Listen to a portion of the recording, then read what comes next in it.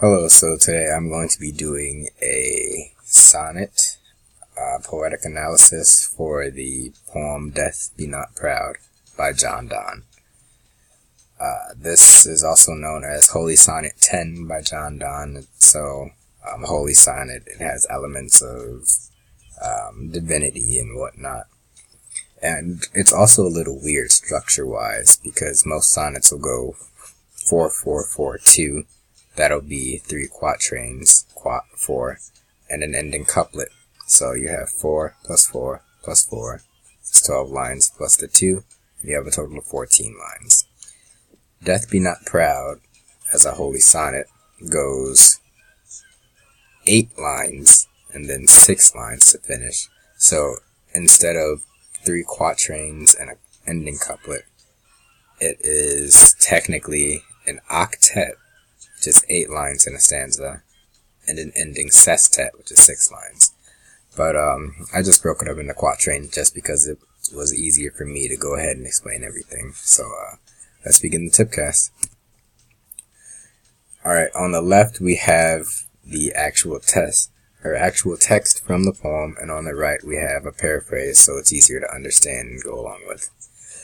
The poem goes, Death be not proud, but some have called thee mighty and dreadful, for thou art not so. For those whom thou think'st thou dost overthrow, die not, poor death, nor yet canst thou kill me. Also, as you can tell at the end of the sentences, or end of each line for the actual text, some lack punctuation. This is called enjambment, and it's a literary device used when writing poetry. So, as you can see right now, John Donne wants us to throw us for a loop. And that's just off of the structure of the poem's lines. We'll get more into the text and what it all means once we finish reading through. But the paraphrase is, Death, you're not all that, although people say you're powerful and grim. Not really. Because all those people that you think you have power over, they don't actually die, and you can't kill me either, Death. So that's basically what Mr. Donne is saying in this first quatrain, and the first 4 lines of the octet, if you will. Moving on to the second half of the octet, or the 4th quatrain. From rest and sleep, which but thy pictures be, much pleasure, then from thee much more must flow, and soonest our best men with thee do go, rest of their bones and souls delivery. So basically, in modern terms, Donne is saying this: rest and sleep, their representations of you are pleasurable. Therefore, you must give even more pleasure. And as soon as good men go with you, they can rest and they can get that pleasure, and their souls are delivered. Delivered from what? These are the questions that we have to ask ourselves when we read Donne's sonnet, because we need to think what he's trying to convey with this entire idea. Moving on to the beginning of the sestet, or the 3rd quatrain. Thou art slave to fate, chance, kings, and desperate men, and dost with poison, war, and sickness dwell, and popular charms can make us sleep as well, and better than thy stroke, why swell'st thou then? The paraphrase is like this: you do the biddings of fate, chance, kings, and violent men. Violent goes to desperate just because, if you take the saying, desperate times call for desperate measures, you'll think of something extreme happening, and thinking in context with death and disaster, desperate roughly translates to violent. That's what Donne's trying to get across, but carrying on. And wherever poison, war, and sickness are, you have to go with.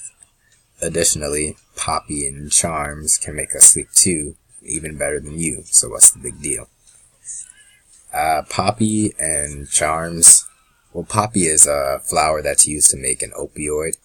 An opioid is a type of drug or narcotic, and if you use the right dosage, it will assist you with sleeping. So Donne's basically saying, poppy does the same thing you do, we just sleep. So, and now we're moving on to the last 2 lines of the sestet, or in normal terms, the ending couplet. One short sleep past, we wake eternally, and death shall be no more. Death, thou shalt die. And the paraphrase says, after our short sleep, quote unquote, we will have eternal life, and you will be no more. Death, you will die. Alright, so let's hop right into the TPCASTT and start with the T, which stands for title. Upon reading this, or upon just seeing the title the first time, I assumed this was someone on their deathbed listing accomplishments completed in earlier stages of their life. You know, I hadn't seen anything about the poem, I didn't know anything about the author, I didn't even know it was a holy sonnet.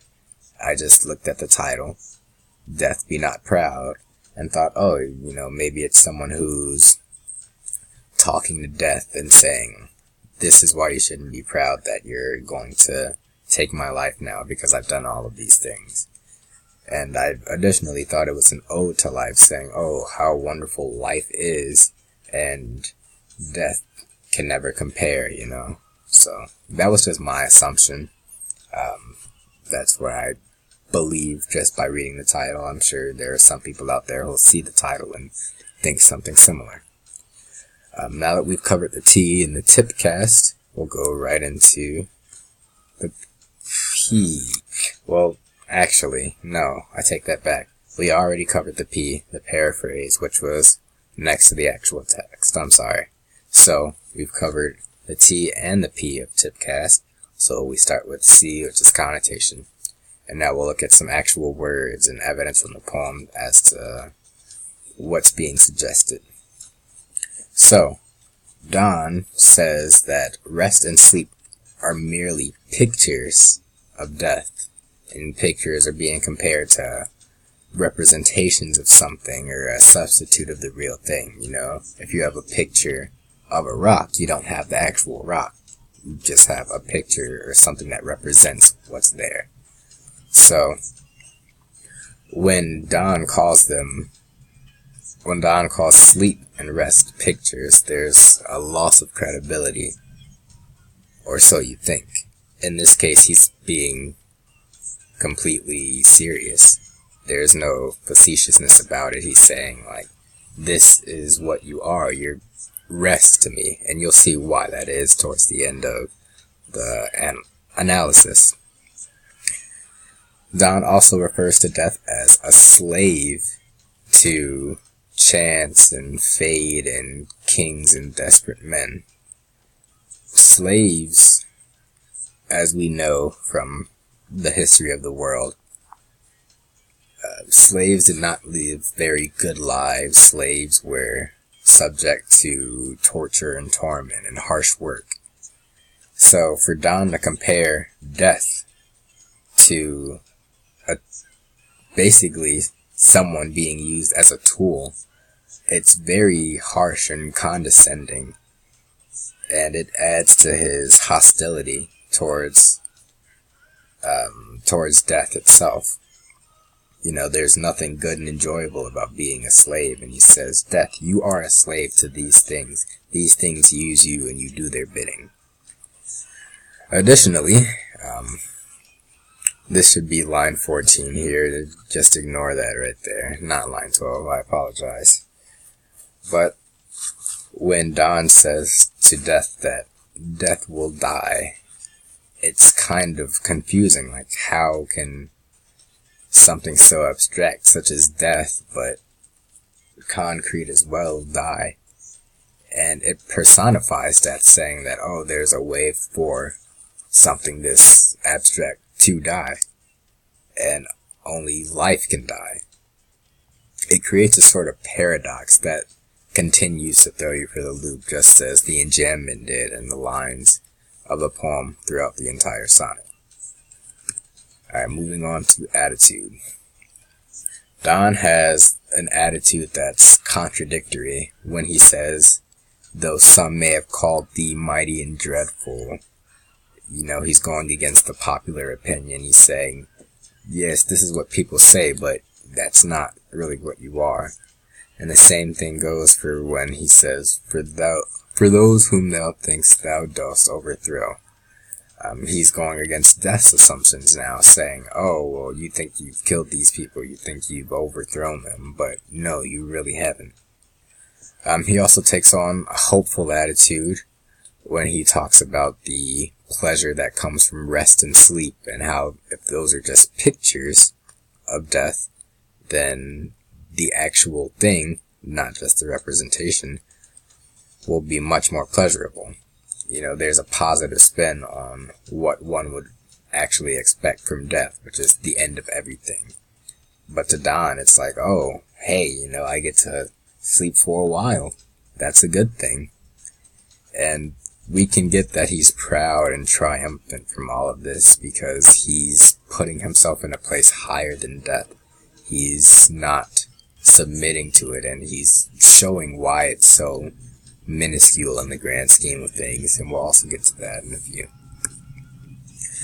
Shift. This is the S in TPCASTT.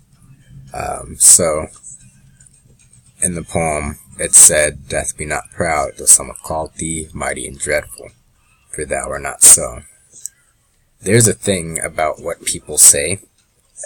When people say certain things, it creates a constructed truth that's different from absolute truth.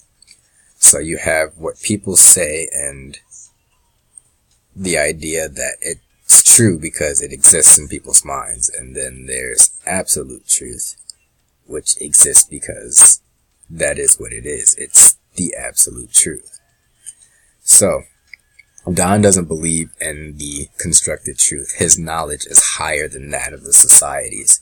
His knowledge is something that his knowledge comes from something greater, And because of that, he's not under the same assumption of society that death is something to fear. It's something to him that can be cast off and not a worry.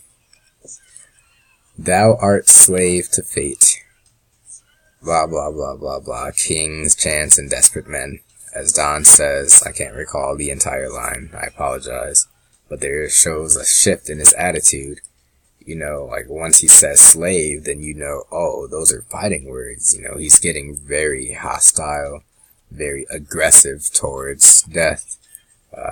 After all, this is an apostrophe of sorts, so he's addressing death. And in doing so, he increases the intensity of what's going on by the diction, primarily. And poppy or charms can make us sleep as well. There's a shift of the same idea of rest being a grim thing from eternal rest to peaceful rest. There's an idea that constructedly from society, different from absolute truth, an idea that death is going to be empty and bare and cold and desolate. But to Don, it's something that's going to be peaceful. It's going to be like rest and sleep, except extended. And for those reasons, it's something he looks forward to. And death shall be no more, death thou shalt die. Death dying once again is ironic because it's death, it's abstract, it's concrete at the same time, and it's paradoxical. So there's a shift going on, like how is that even possible? What's the truth? And the truth, according to Don, is absolute truth because it's a holy sonnet, so he believes that death is something that will be defeated. So coming back to the title, Death Be Not Proud, the sonnet is about a Christian's response to the end of mortal life and why death should not be something to fear. And the sonnet's also an apostrophe to death, condemning and being condescending towards it, saying this is why you don't matter and this is what's going to happen. So from this, we understand that John Donne's tone is a hope of life and positivity with Christianity because he gets to overcome death and have eternal life forever. and there's a condescension of death and a rejoicing of eternal life.